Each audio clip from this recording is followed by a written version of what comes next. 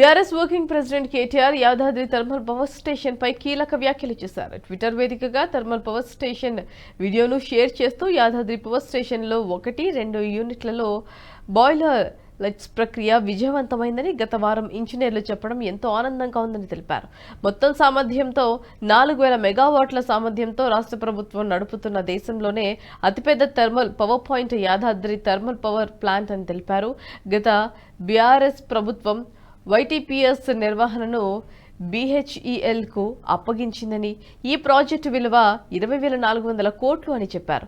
ఇది దేశంలో విద్యుత్ రంగంలో PSUకి అందించిన అత్యధిక విలువ ఆర్డర్ అని పేర్కొన్నారు కేటీఆర్. 2014లో కేవలం 7,770 మెగావాట్ల స్థాపిత సామర్థ్యం ఉంది. బీఆర్ఎస్ ప్రభుత్వం 10 ఏళ్లలో తెలంగాణ స్థాపిత సామర్థ్యాన్ని దాదాపు 20,000 మెగావాట్లకు పెంచిందన్నారు. ఇది మన దేశ చరిత్రలోనే అసహనమైన విజయగాథ అని, కేటీఆర్ దృఢమైన సంకల్పానికి YTPS ఒక అద్భుతమైన ఉదాహరణ అని అన్నారు కేటీఆర్.